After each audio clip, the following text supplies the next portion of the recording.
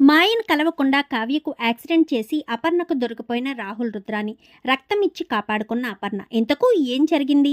అసలు మాయను కలవకుండా కావ్యకు యాక్సిడెంట్ చేయించడం ఏంటి? మరి అపర్ణకు ఎలా రుద్రాని రాహుల్ దొరికిపోయారు? అపర్ణ కావ్యకు రక్తం ఇచ్చి మరీ కాపాడుకోవడం ఏంటి? అసలేం జరిగిందనేది వీడియోలో చూసి తెలుసుకునేద్దాం. బ్రహ్మముడి అప్కమింగ్ ఎపిసోడ్స్లో ఏం జరగబోతుందో ముందుగా తెలుసుకోవాలి అనుకుంటే వీడియోని లైక్ చేయండి, ఛానల్ని సబ్స్క్రైబ్ చేసుకోండి, పక్కనే ఉన్న బెల్ సింబల్లో ఆల్ పై క్లిక్ చేయండి. ఇలా చేయడం వాళ్ళందరికంటే ముందుగా చూడవచ్చు. మొత్తం మీరు చూసుకున్నట్లయితే పంతులు గారు వచ్చి 2 రోజుల్లో ముహూర్తం ఉందని చెప్పనేసరికి కావ్య ఒక్కసారిగా షాక్ అయిపోతుంది. ఏంటిది?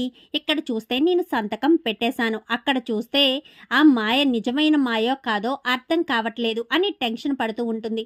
ఇంకీలోపు అప్పు ఫోన్ చేసేసరికి బయలుదేరవక్క, ఇంకా స్టార్ట్ అవ్వలేదా ఏంటి?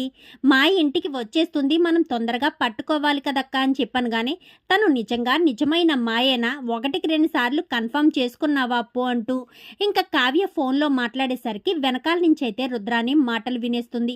ఏం చేయాలో అర్థం కాదు. కావ్య సరే నేను ఇప్పుడే బయలుదేరుతున్నానంటూ కావ్య బయలుదేరిపోతుంది. రుద్రాని వెనకాల వెళ్ళినా కానీ కావ్యను అడ్డుకునే ప్రయత్నం అయితే చేయలేదు. ఏం చేయాలి, ఎలా అడ్డుకోవాలి అని ఆలోచిస్తూ ఉండగా ఇంకా రాహుల్ బయట ఉన్నాడు కదా అని చెప్పి రాహుల్కి అయితే ఫోన్ చేస్తుంది.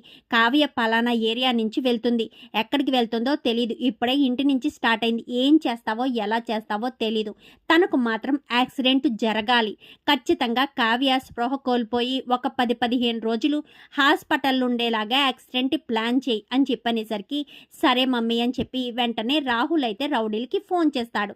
ఇంకా కారు నెంబర్ చెప్పి యాక్సిడెంట్ చేయాలి, 10-15 డేస్ హాస్పిటల్లో ఉండాలన్నట్టుగా చెప్పేసరికి చాలా గట్టిగానే యాక్సిడెంట్ జరుగుతుంది.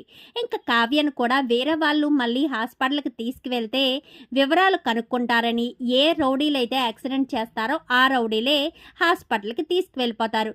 మేమే వాళ్ళ రిలేటివ్స్ అంటూ దగ్గరుండి మరీ ట్రీట్మెంట్ చేస్తూ ఉంటారు. ఎందుకంటే ఇటు వీళ్ళందరికీ తెలిసిపోతే అక్కడ మాయ విషయం కూడా తెలిసిపోతుందన్న టెన్షన్తో ఇంకా అలా అయితే చేస్తుంది రుద్రాని. టెన్షన్ పడుతూ ఉంటుంది. ఇంకా యాక్సిడెంట్ జరిగిందా లేదా అని అటు ఇటు కంగారు పడుతూ ఉంటుంది. రాహుల్కి ఎన్నిసార్లు ఫోన్ చేసినా రాహుల్ అయితే ఫోన్ లిఫ్ట్ చేయడు. ఇంకీలోపు అపర్ణ గదిలోంచి బయటకు వస్తూ ఇంకా తన అమెరికా ఫ్రెండ్ ఫోన్ చేయడంతో ఇంట్లో డిస్టర్బెన్స్గా ఉందని, సిగ్నల్ సరిగ్గా రావట్లేదని బయటే ఉన్న ఉయ్యాల దగ్గర పక్కన ఇంకా అక్కడే ఉండి మాట్లాడుకుంటూ ఉంటుంది. లోపలికి ఉండి మాట్లాడుతూ ఉండగా రుద్రాని అయితే టెన్షన్ పడుతూ బయటకు వస్తుంది. ఇంకా బయట నుంచి అయితే రాహుల్ వస్తాడు. రాహుల్ టెన్షన్గా రుద్రాని దగ్గరికి రావడం అపర్ణ అయితే పక్క నుంచి చూస్తుంది. ఏంటి తల్లి కొడుకులిద్దరూ ఎంత టెన్షన్ పడిపోతున్నారు అని చెప్పి నేను మళ్ళీ చేస్తానంటూ ఫోన్ పెట్టేస్తుంది.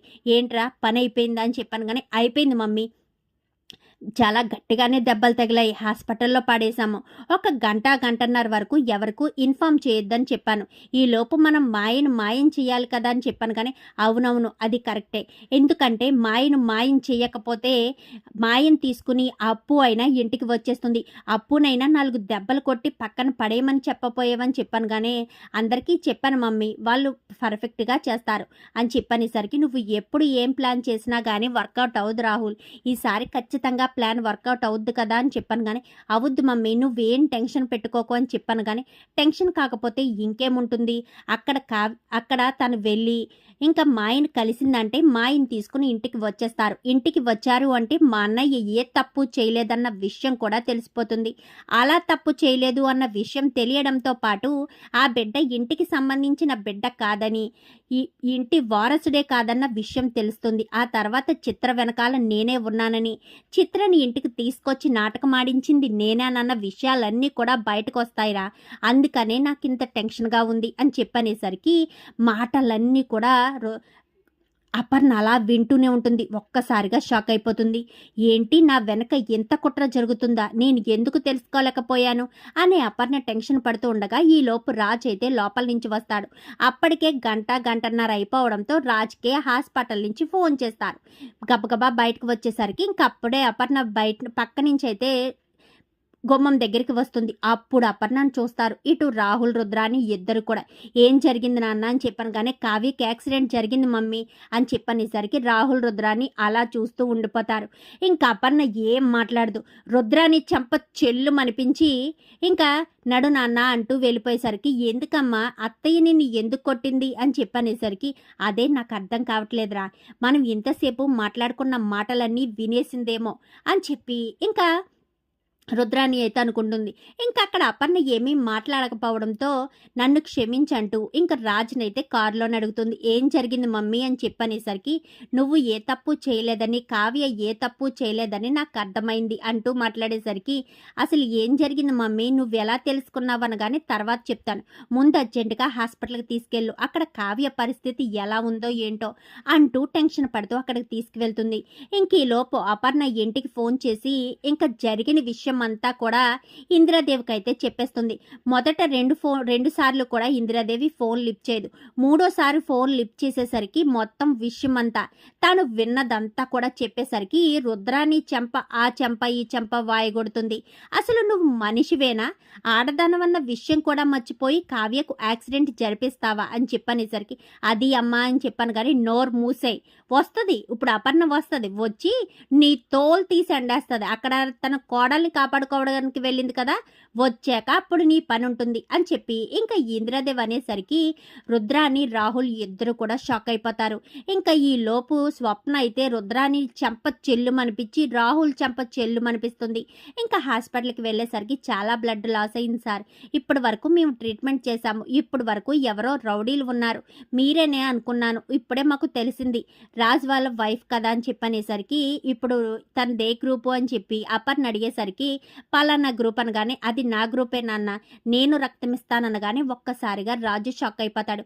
కావ్యను కోడలుగానే అంగీకరించని అపర్ణ కావ్యకు రక్తం ఇస్తాననేసరికి రాజు ఒక్కసారిగా షాక్ అయిపోతాడు. ఇంకా అపర్ణ అయితే తన రక్తం ఇచ్చి మరీ కావ్య స్పృహలోకి వచ్చేటట్టు చూస్తుంది.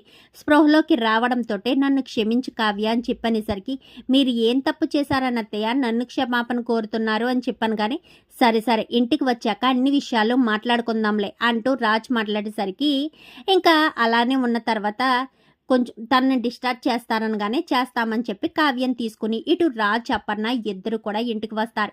ఇంటికి రావడంతో కావ్యంను తీసుకువెళ్ళి చాలా జాగ్రత్తగా కూర్చోబెడుతుంది సోఫాలో. తనకు జ్యూస్ అట్టుకొచ్చి ఇచ్చి ఇంకా అప్పుడు రుద్రాని పని అప్పుడు మొదలు పెడుతుంది. ఏంటి రుద్రాని, నా భర్త తప్పు చేశాడని నువ్వు నిరూపిద్దామనుకున్నావా? కావ్య ఈ ఇంటి కుటుంబం గౌరవం కాపాడడం కోసం ఎంతలా పాటుపడుతుంది, అలాంటి కావ్యకు యాక్సిడెంట్ చేసి ఆ మాయని ఇంటికి రాకుండా చేసి ఈ చిత్రతో నా కొడుకు పెళ్లి చేద్దామనుకుంటావా?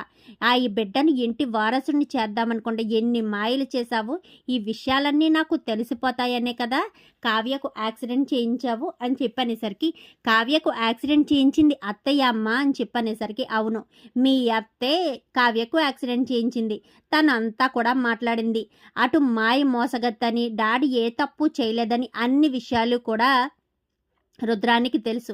అక్కడ మాయ వాళ్ళని కిడ్నాప్ చేసింది కూడా రుద్రానియే. అప్పు పరిస్థితి ఎలా ఉందో ఒక్కసారి అప్పుకు ఫోన్ చేయనగానే నాకేం కాలేదు బాబా అంటూ ఇంకా మాయనైతే తీసుకుని వస్తుంది అప్పు. అయితే అప్పటికే చిన్న చిన్న దెబ్బలైతే తగులుతాయి అప్పుకి. మొత్తానికైతే అప్పు మాయని తీసుకురావడంతో మొత్తం రుద్రాని రాహుల్తో ఏవైతే మాటలు చెప్పిందో మొత్తం అన్ని నిజాలు కూడా బయటపడిపోతాయి. ఇంకా కావ్యను కూడా అపర్ణ చాలా జాగ్రత్తగా తన కోడలుగా అంగీకరిస్తుంది. చూద్దాం రాబోయే ఎపిసోడ్స్లో ఇలాగే జరగాలని మీరు కూడా కోరుకుంటే వీడియో నచ్చితే లైక్ చేయండి, ఛానల్ని సబ్స్క్రైబ్ చేసుకోండి, పక్కనే ఉన్న బెల్ సింబల్లో ఆల్ పై క్లిక్ చేయండి. ఇలా చేయడం వల్ల అందరికంటే ముందుగా చూడవచ్చు.